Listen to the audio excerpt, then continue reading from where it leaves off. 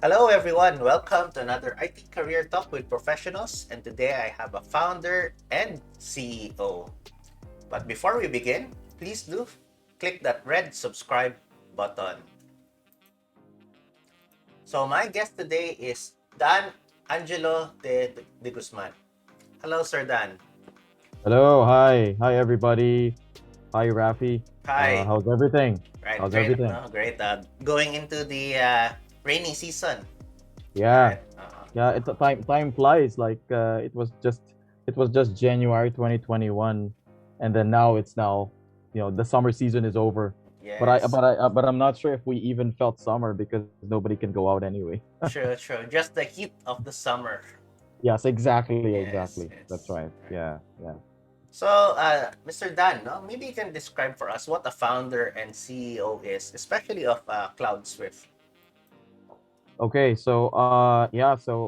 I get that question a lot, and I think the rest of the other entrepreneurs and founders get that a lot. So I would say, um, real talk, right? Mm, Founders and CEOs of a startup or technology companies that are really thriving and whatnot. Of course, it's not the same as if you are like a CEO of Microsoft or right, CEO of IBM or Amazon or whatever. It's not all glamour and you know it's not all fun and glamour.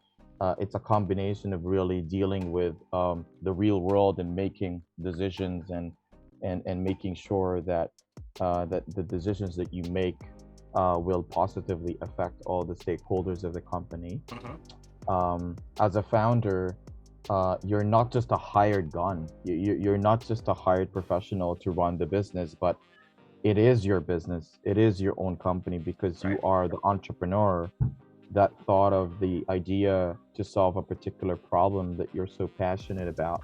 And you're basically utilizing and taking advantage of your skills, leveraging of your skills that you're so good at so that you would be able to contribute to the solution and that problem and then build a team around the company that you'd like to address those pain points. mm-hmm, So as a founder and CEO, I would say you're expected uh, to to do everything end to end.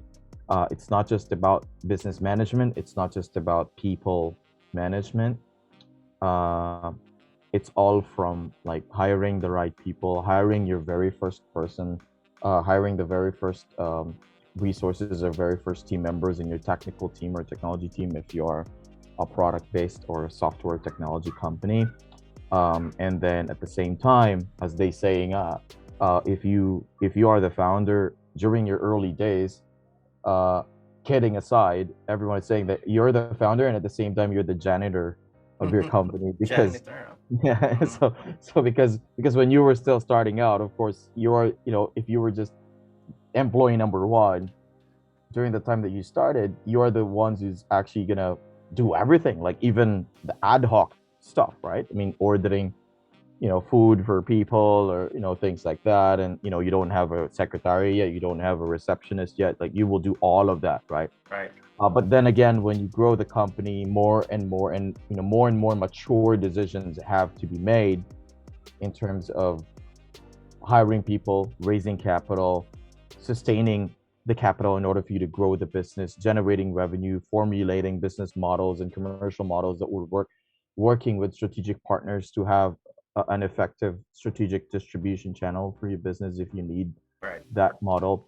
And then, of course, taking care of customer, taking care of employees at the same time, because once you hire them, it doesn't stop there. You have to make sure that you keep them and you have a very good retention rate. And then you should have very good retention rate as well with customers. And then part of that is as well as strategizing together with your investors and the board that, okay, so what's going to be the best for the company? What is the exit strategy? Right. Right. Will there be an exit strategy? Is it gonna come anytime soon? Is it 18 months or 24 months down the line? What are our options? Do we do dividends first before we do exit? So all of these things you have to you have to take care. You know, as they say, as a founder and CEO, it's like you're the father of your baby, and that startup or that company is your baby. And from nourishment from that baby, um, as a kid or as an infant, all the way up to, like, you know, you make that investment of time and money and effort to grow that baby into like a full grown responsible person, Right. and now then like a profitable company, which it equates to like a profitable company and a responsible and smart, you know, kid or child, right? So that's how I see it. And you've mentioned a lot of very interesting points, no? And I'd like to, just tackle some of those Yeah, in a bit. No? sure. First, if you may, no, I wanted to understand, or ask you to share, how do you manage, the decision making, especially when you mentioned, there's a board, there are investors, right? And as a company, this is something like, do you have to follow the board? Do you have to please your investor? How do you manage the control of the direction as founder with all these stakeholders in place? Yeah, so that's a very good question, Rafi. Because I think and hopefully for those who would have the opportunity to watch this episode, you know, if they are also entrepreneurs and founders, they would learn something from this as well. Um, if you're the founder and CEO, you started the company. When you started getting investors into the company, of course, that's the time that you would be needing to build a structure in your business, like as you mentioned, having that board, right? And of course, as a founder, you're one of the majority shareholders, and in fact, you should be at the very early stage, should be, you know, ideally one of the, or in fact, the highest shareholder, like in the company at the early stage. The And controlling share, or not con- necessarily the controlling share? the controlling share, I would say, ideally that should be the setup, Mhm. most especially the early stage, because by the time that you come into Series A, Series B, more and more investors you know, they're going to put more money into your Right. business, if you know, for scale or for growth or for whatever proceeds that your investments should go to. They would like to see that the founder is has the controlling and majority share of the business, because during the early stage, it's going to be hard for them to invest in a business wherein the founder is not fully, Mhm. fully compensated in terms of shares. I mean, why would you expect someone to wake up early in the morning if he's the minority and he's the one driving it as a founder, right? Right. So investors would be very nervous if the shares of the founder is not that significant. So that's why having that kind of structure, how you manage that is that, of course, first, of course, by the way, not all investors that will be investing in your business, it's not necessarily that all of them will be part of the board right away. It has to be significant, you know, investment, significant share for them to be part of the board. There are also structures wherein you would need to combine having board of directors, and then there are going to be board advisors and board observers, right? Wherein even though, let's say for example, they've invested in the company, but it's not that enough as a rule of your of having board directors to Right. have at least minimum of investment of XYZ. Mhm. So you can actually ask them, okay, so since you're also an investor in the company, and then I value your network and I value what you can bring to the table strategically, then you can give them a board observer seat, Right. right? Apart from a board director seat. So I would say how to manage that is to make sure that you hopefully form your board of directors and observers and advisors that you want to put into one place, to make sure that all of them are really going to be strategically aligned with where you want to take the company, right? Because at the end of the day, it will be you as well to drive the decisions and who Mhm. would be part of the board, right? It's, let's say for example, if you're just starting out and then you had a seed investment, or seed capital investor, that seed capital, the very first person that believes in you, you know, it's much easier to decide because it's just you and then them, and then you decide, okay, so how do we form the board? Right. And then of course it has to be, it has to be in terms of voting and decision making, it has to be ideally odd numbers, right? Five, three, seven, um, nine people, and the like. And then board observers and board advisors, you treat them as people that can actually, from the board itself, advising and observing and having board meetings so that you would be able to have um, additional inputs and feedback. Right. You have a third party perspective. So mostly board advisors are not necessarily people that will have shares or board, I would say independent board directors or board advisors. They're not necessarily um, people that would have shares in the business, because you would want the independent board directors or some board advisors to have some third party perspective, that there's no bias, right? They don't have shares in the company, but they are in the industry that you're in, so that they understand more about making decisions, or to understand more about, okay, so what's going to be the best discard and the best strategy to actually address this issue or address this concern, or how do we take this business to this XYZ level. So you now consult those independent board directors, and normally usually they're paid by their time, but it's not necessarily that they have shares in the business. Now, then how do you manage that as a founder Right. yourself? Right. Is that, Yes. yeah, as a founder yourself, is that you need to make sure that you listen, Mm. right? As a founder, as a CEO, I would say you need to you need to be able to start thinking about, like, you have to also consider, at least letting go of the ego and swallowing the pride of, like, oh, I'm the founder, I should be the only one that should be right all the time. It's not going to be the case, right?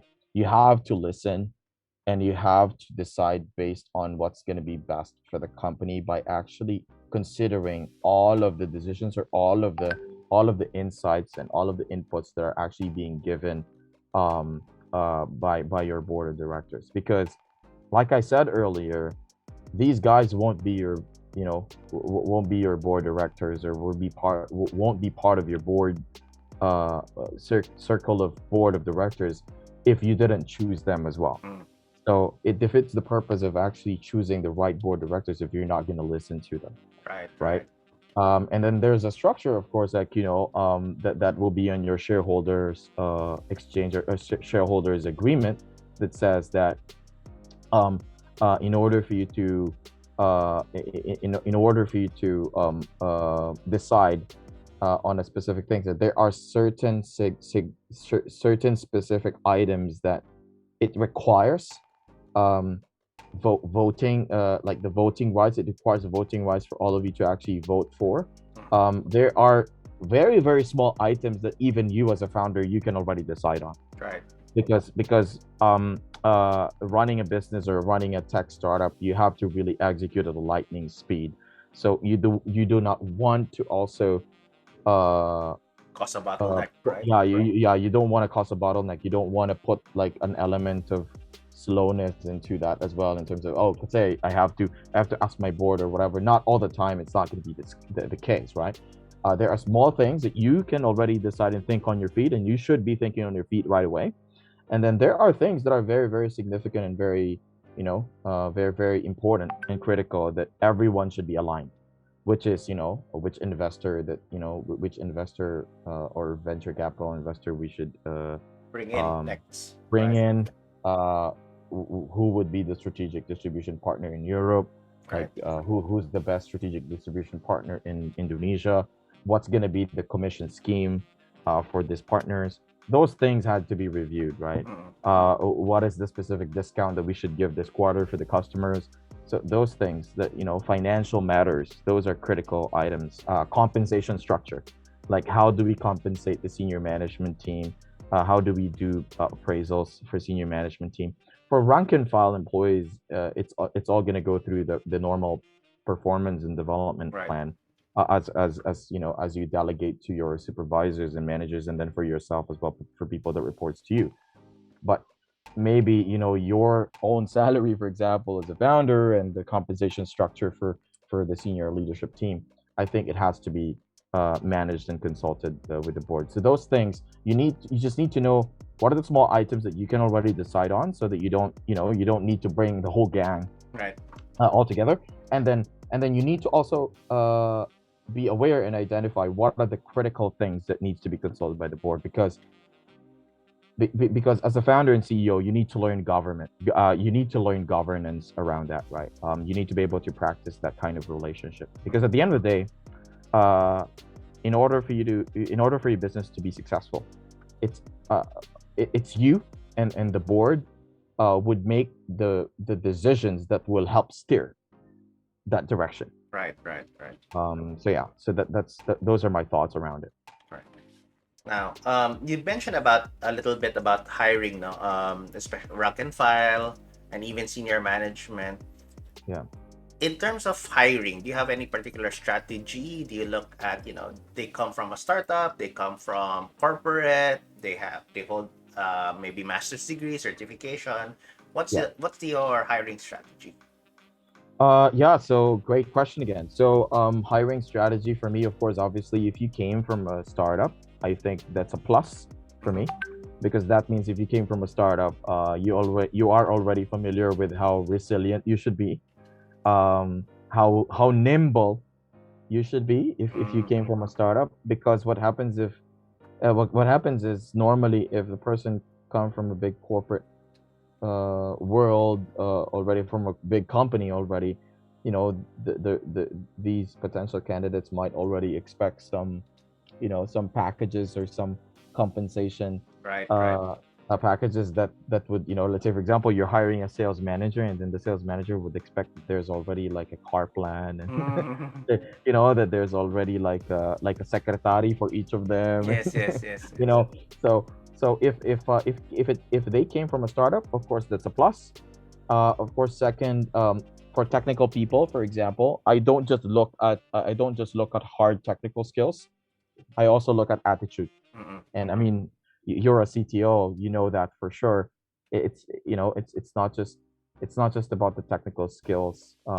It's the attitude. Sometimes, actually, most of the time, I think, um, the humility and attitude trumps the technical skills, Right, right, right? Because if the person has really great attitude, technical skills can be trained. right, Technical skills can be honed, can be mentored. Um, so I really take a look at attitude a lot, right. because to be honest, as an entrepreneur, I made a lot of mistakes already, Mm-hmm. in terms of hiring the bad, making bad hires, I should say. Um, and I think it's a usual mistake, Right. we all make. And then, um, another strategy that I look at is, um, the openness of potential candidates, like how open they are in terms of possibly, wearing multiple hats, because you'll Mm-hmm. never know when rainy day comes, wherein you would really need to tightly, Right. tightly manage everything, and you would need to probably ask some of your people to actually wear multiple hats, because in running a tech startup, like I said, you have to do everything at lightning speed execution, and that's why everyone is expected to actually put their 120 200%, Right. right? So if you think that the candidate is not up for that kind of challenge, then probably that's not for them, right? Because I mean, no offense for people that would like to stay in the corporate world, but I respect that totally. I mean, there are people that are just not caught out for startups. There are people that they would want to just be stable and have really really decent stable jobs. That's totally fine. That's their hustle, Mm-mm. right? But it's a totally different hustle if you're going to be joining a startup, most especially a tech startup, because the expectations are and the bars are high. So you don't want to waste their time. You don't want to waste your time as well. So my strategy is, I somehow gauge already if the person is really up for that kind of environment. Right, right. And if you feel like this person is too corporate and whatnot, maybe then maybe these guys are probably, you know for last considerations. But I would personally prioritize, and I would ask my supervisors and managers to prioritize people that they think would be very, very resilient, persistent, nimble enough to be more open in the kind of environment that we're in. Right. And I guess to understand better, right, the mindset and the environment that you have built, it will be good for us to reflect on how you began your journey, right? Like, were you Sure. always entrepreneurial, tech Yeah. oriented, even during high school days, right? Or even before that? Now, what was your journey like? Yeah. So it was a very, very enlightening slash fun journey so far, because of all the learnings. So I've never thought that I'm gonna be an entrepreneur. Really? Mm-hmm. Yeah, yeah, I've Mm-hmm. never thought of being an entrepreneur. I thought I was just gonna climb the corporate ladder and Even you know, corporate was the yeah, idea for you, okay? yeah, before, right? Uh, I mean, it's because I went to Mapua. I mhm. studied electronics engineering, so I'm an engineering graduate. I'm also technical in nature, so I Mhm. guess that's my advantage, I would say, in running companies or running businesses, because I'm not just like, you know, I'm not just like a business person. I Right. understand tech as well. Although I'm not like a CTO, hardcore coding guy, Mhm. probably like you, but I'm more of like a combination of both. After Mapua, uh, actually before I graduated, I had the opportunity to be one of the pioneering students to be sent to Singapore for an internship in engineering Mhm. to do semiconductor. So imagine, these are like laser systems that we drill down for Right. iPads. So those are, like OG moments of like of building hardware, Correct. semiconductor kind of stuff. So I spent 8 months in Singapore doing that. That was like 2010 to 2011. And then I came back in Manila because while I was in Singapore, I attended a lot of seminars Mhm. and sessions about cloud computing. Those were the times that those 2010 2011 were like the heydays of cloud computing, Right. Right. Very early right? days. Like every yeah, so like there was that was the early intervention of everybody's understanding what cloud computing is. And when I attended those sessions in Singapore, I was just curious. Okay, so what is this cloud computing thing? Like, and I haven't graduated that time. I was at my last leg of Mm-mm. completions because that was my internship back then. And then I was curious. Okay, so I want to learn more about this. And then I attended a lot of those seminars and sessions. And and what I did was, I realized that when, after listening to these sessions, I realized that how fascinating cloud computing can be. And I just, I literally just fell in love with it. Right. Right. Right? I mean, because imagine, like 10 years ago, you have to buy physical servers, and like you have to buy these Oracle Sun microsystem servers in order for you to build applications. Right. But because of cloud computing, you would be able to build applications on top of the cloud, and it's more efficient, and everything is, you can make things happen very fast, and very cost friendly, right? So I fell in love with that, and I really like that idea. I really like the technology. I like what I was hearing, and then I told myself, I don't want to be in the semiconductor industry.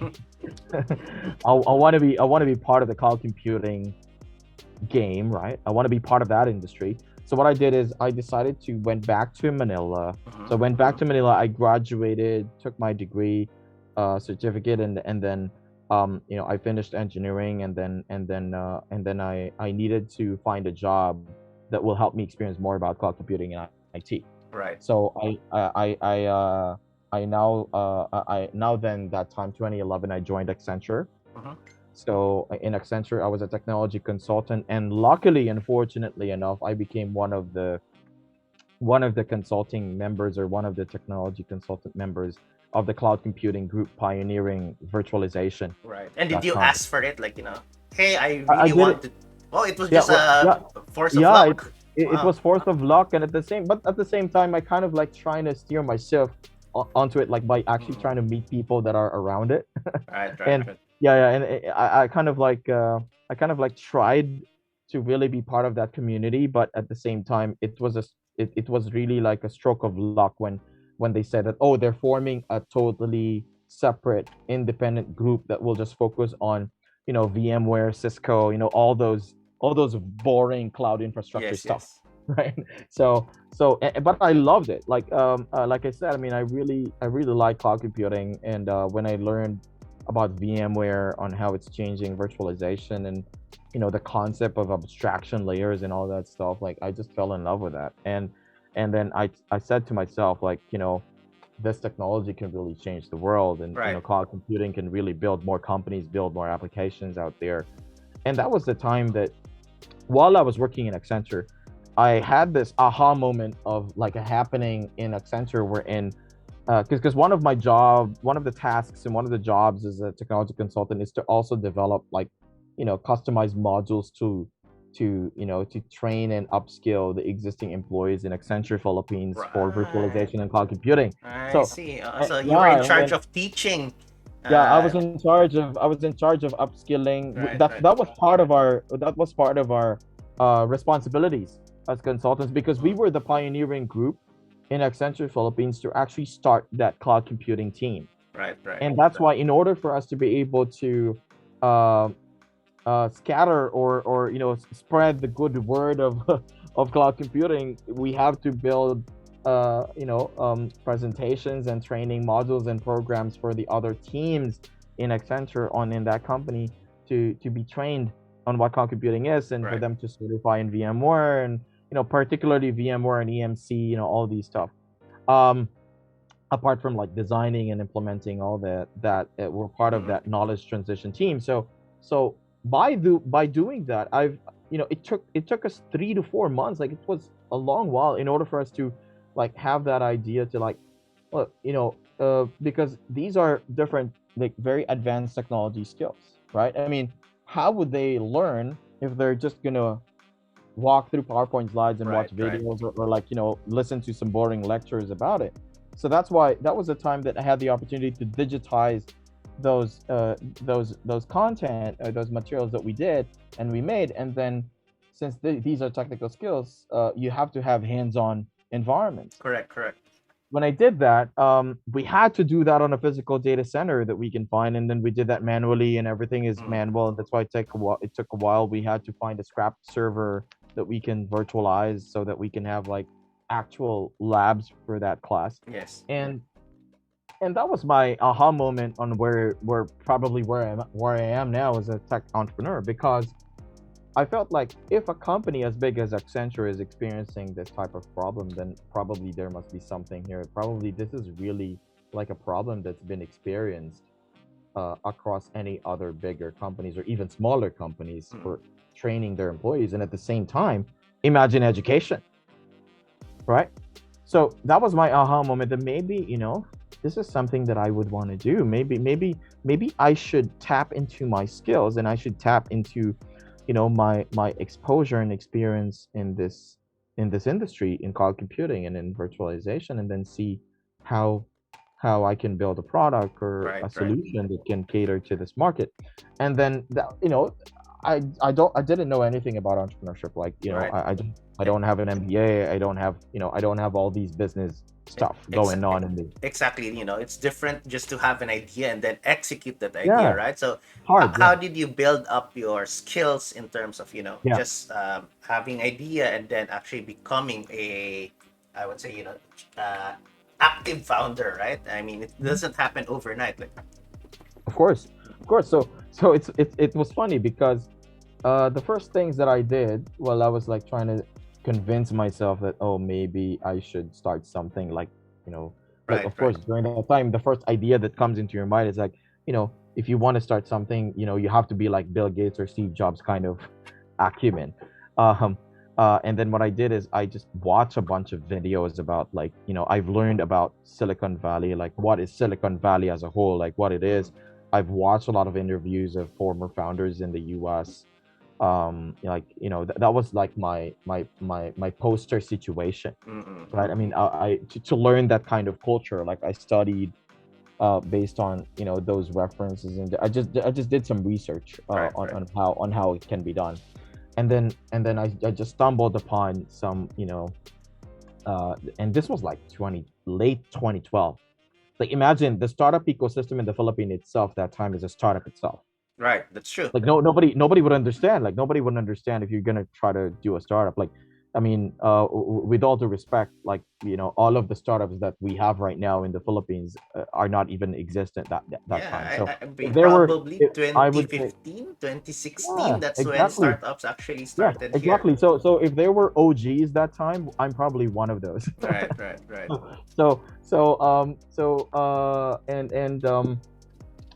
And I stumbled upon, and remember, Idea Space, Kickstart Ventures. These guys are just starting out that time. Yes, yes.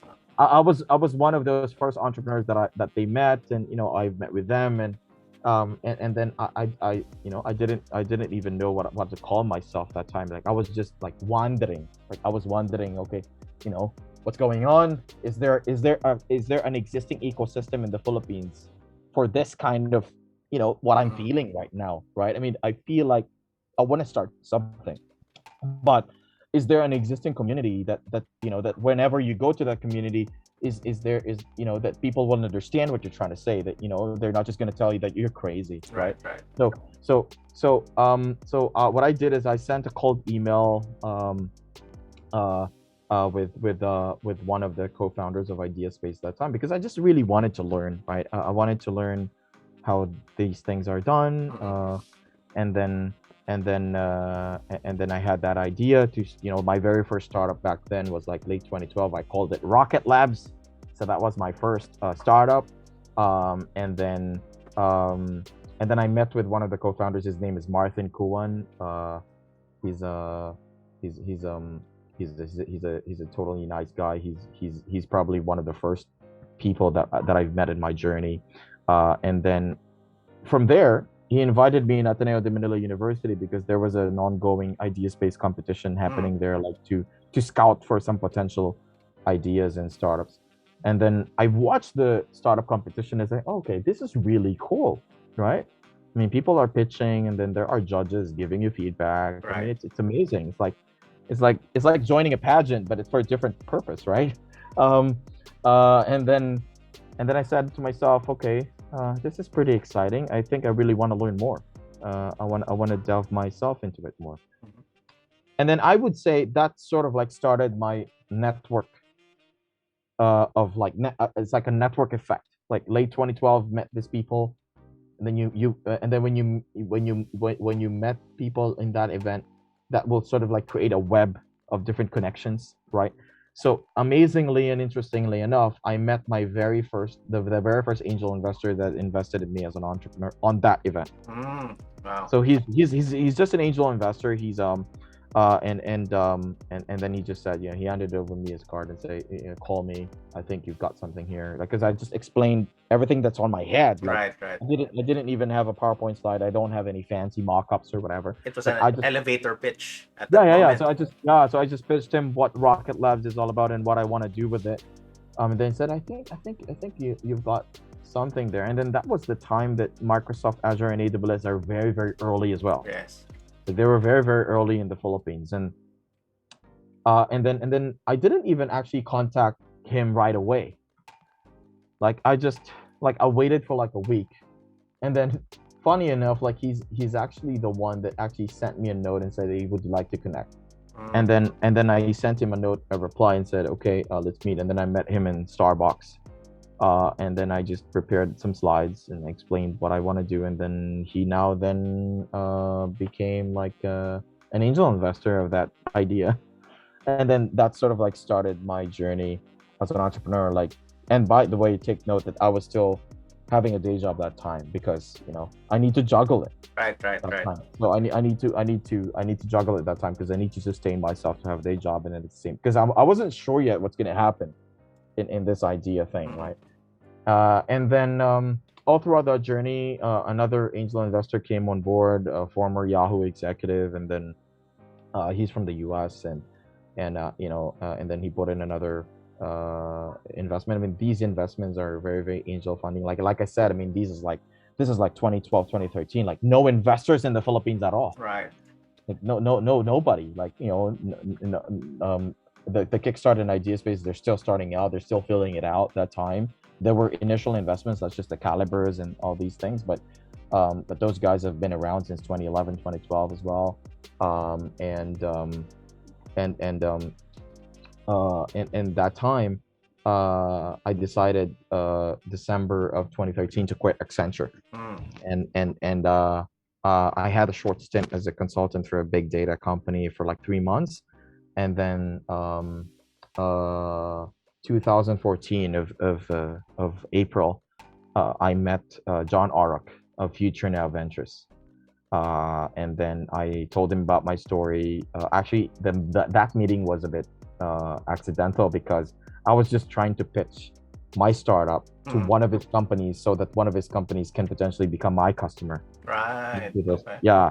And then it just so happened that during that morning he was there.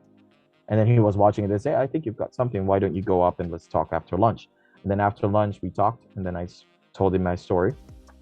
And then he since he knew that I wasn't really focused 100% yet on my startup, he said, if you want to run a successful business, you have to go all in. You have to be full-time founder. So that's why he's been the one mentoring me since then. He's my mentor since then, and he decided to have me as an entrepreneur in residence in his venture capital firm, Future Now Ventures. Right. And then since then, my job is to just run my own startup. Like, no equity involved, nothing. Like, he just wants to help out and mentor me. And then I was just like kind of like learning that rope. And then 2014, unfortunately, I had the worst cap table with my first startup. So many mistakes I've done, so many learnings I've learned. So when we incorporated that startup in Hong Kong, we needed to shut down that business because during that time, like, there was no really enough direction. Like, I made a lot of mistakes in terms of actually making it really work with potential investors to come in, because the cap table is not right. It's not looking well.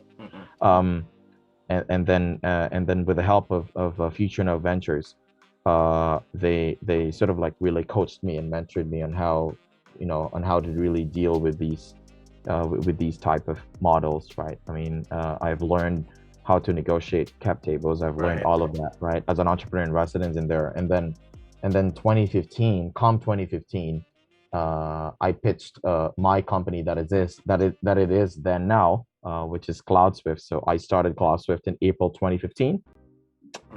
And I just, my vision is to just, because there's a ton of problems that needs to be solved in the education and the upskilling market. And then I said to myself, we need to build products that will address those problems, particularly on technology skills. And that was my initial vision. And then John Orrock of Future Now Ventures decided to invest in CloudSwyft that time as one of the seed capital investors. And that sort of like started the entire journey of CloudSwyft. So we already celebrated our 6th year anniversary last April. So it was congrats on that. Yeah, thank you. And it was a pretty fun ride. We've learned a lot. And that kind of journey, like I said, from the OG's time, and and there were actually OGs that time already that that we look up to, like the Dato Banatao, the Paco Sandejas, the Jay Fajardo, those guys. And then I would say we were like the 2nd gen OGs that sort of like, I would say all of the startups that are then now that you would see a lot on Startup PH, like they're probably the 3rd gen or 4th gen already. Right. So yeah, so that's how it is. And basically, if you notice, it's the happenings of where I am today was sort of like started with that network effect, right? That's why I really believe in having a really, really good network. Right, right, right. Because you'll never know who you will meet. You'll never know who you will be learning from. Right. And you would attribute, I would say, your success, how you became successful was because of that network effect, right? Yep, it significantly contributed, right? Absolutely. And of course, I think aside from having a good network, of course, you yourself as an entrepreneur or as an aspiring entrepreneur, you also need to learn how to use that network properly, Right, right. right? In business, there's also timing, right? Mm, correct, correct. And then there's also right people. So you have to make sure as well, and you have to learn to make sure that you're dealing with the right people as well, because uh, it's a very difficult world out there, right? Sometimes you can get eaten up if you don't know what you're doing, um, and sometimes you put your trust into someone, and then uh, unfortunately those people can't be trusted, pala, and so you need to really weigh things as well. Right, You, right. you need to you need to surround yourself with people that you know that you can trust. And so I guess at this point I'll just have one last question, which is Sure. more towards your advice. Advice maybe towards any, could be like a ECE graduate or about to graduate, who's thinking about, what's my next steps? How can I be as successful as you? Um, right? Or maybe think something like, if you had to give an advice to yourself Mhm. back when you were, just about to graduate, or early days of your graduation, what would be your like top, let's say, top three advice? Yeah. Number one, very important, I think, is to surround yourself with smarter people than you or better than you. You have to learn how to swallow your pride and your ego, Mm, by accepting it and embracing the fact that you would be learning more from people that are actually better than you, because at the end of the day, great companies are being built by people that are actually complementing each other effectively, right, right, right? right. You can't be the only one person that would know all this panopticon of skills, that you need to do, in running a startup successfully, right? So surrounding yourself with smart people, or better or smarter people than you, and then listen to them, Right. right? Talk less, listen to them, and reflect from there. There's nothing wrong about asking questions if you need help, and there's nothing wrong about listening to people that are smarter than you, that's not necessarily part of your company or part of your business, right? Right, right. So I think that's number one. um, Number two is, uh, if you're a startup entrepreneur or you're an aspiring entrepreneur, I would say, uh, you need to stop chasing investors, Mm, but instead, I think your goal should be like investors, come to you. ideally, yes, chasing you or coming to you, or getting, wanted to get to know more of your business. Because if you keep on chasing investors, and if you keep on thinking that, you know having a company, unfortunately, some companies, they make raising capital their sort of like business model, which is sometimes it's pretty bad, right? But you know um that's just an indication that startups are really hard. Right, right. So that's why you're having focus on really getting your product right, and getting your product market fit, and then getting customers, getting revenue straight, focusing on that, focusing on how you would be able to improve your gross profit margins. Those things.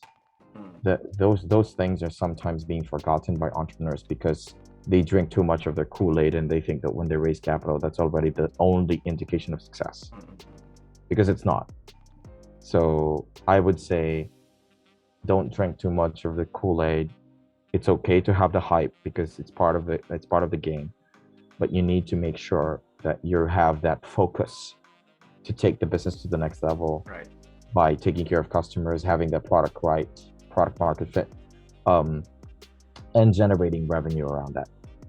And then achieve those targets and focus on those revenue targets, focus on those profitability targets, and then invest. You might not even need investors at all. That's the ideal the situation, right? But because at the same time raising capital is also hard, right? So that's my second one. My third one is that whether you're an entrepreneur or you're an ECE graduate or any graduate at all, like any college graduate or any degree, if you are also a technical professional, or you're a founder or wannabe founder, or aspiring tech startup entrepreneur, I would say genius is never enough. You know, Okay. Can you expound? yeah. Genius is never enough. It takes courage to change people's hearts, because you have to. This is just like I said, right? I mean, it's you have to always think about, like, it, it's having all these hard skills, or having it, like thinking of yourself as, oh, I can do everything I can, or I can do anything I can, because I'm superficial in the skills, right? I know I'm a genius in this skills, in these skills. But in life, it's a tough world out there, right? um and and whether you're going to be starting a company, which is, everyone knows, is tough. Right. It's hard to run startups. It's hard to be a founder. It's not all fun and glamour. Or whether you are a professional in a specific company, right? Whether you are a struggling student, or you are a student that is about to graduate, and then you feel and you think that you are, you are the best of the best because you're a top notcher, and you think that you're the genius of the geniuses and whatnot because you've invented something and whatnot. That's not enough. I mean, in my view, that's not enough, because in order for you to survive, in order for you to be resilient, in order for you to grasp that grit that is enough for you to be successful, it takes courage. Right, because what will you do with all these skills if you're not cut out to experience all the pain? So if you are able to embrace those uncertainties, and you're courageous enough to face all of that, combining that with all of your fantastic genius skills, then that's going to be a powerful combination. Right. No. And it's about, like you said, applying that hard skills for change management, no? Like spreading and making sure it's adopted by others as well, no? And that Absolutely. takes courage. Exactly. Yeah. It's not easy to change people's minds, right? I mean, if you're in a game-changing product, or if you're in a game-changing world, and then say, for example, they bought Grab, Uber, these guys, like these entrepreneurs, they changed the whole game, Right. Yeah, they so and it's being good in technology and being genius at in building products like that. It's not going to be enough. They have to be courageous to you know to work with the government of Right. each countries, right? Correct. So because you're changing the norm, right? So it really combining both would really be the most ideal, and the most preferred in my view. Right. No. And again, thank you for these top 3 advices that you gave. Yeah. And audience, if like you you resonate, you want to have follow-ups, or you just want to share your own story, feel free to leave it in the comment section below. Right, we would appreciate it. And Sir Dan or Mr. Dan, before we close, do you have any last shout out or last invites to our audience? Yes, yeah. So thank you for the opportunity, Rafi. Thank you so much for inviting me. This has been fun. It's always good to give back as well to the community and to the people, Right. for them to learn more. So please check out CloudSwyft.com if you want to learn more about us. If you are watching there, you're a lecturer or a teacher in an educational institution, CloudSwyft has we have amazing future ready skills platforms and customized virtual labs platform to transform your physical computer lab facilities, because nobody's going to the physical campuses anymore. So we would love to help you and solve your problems on that one. And then we have this amazing, fantastic joint venture as well with DTO CME called Luna Academy. So if you are looking at upskilling and reskilling yourself, please go to lunaacademy.ph. You would be able to learn more about Microsoft, AWS skills, Alibaba Cloud skills, and more. And of course, if you are looking for job opportunities, we are constantly hiring. We're looking for great people, talented people to join our journey. In fact, in CloudSwyft, we're looking for full stack developers. So for full stack developers out there, please reach out to hr@cloudswift.com. So perhaps Rafi can help out on the comment section. hr@cloudswift.com for all full stack developers. Primarily Python, React.js, and more. So yeah, thank you everybody. Thanks for the opportunity, and I hope you had fun. Right. And thank you, everyone, and we'll see you next time. Bye-bye. Bye. And of course, if you like our content, don't forget to hit that like button, subscribe button, and notification bell.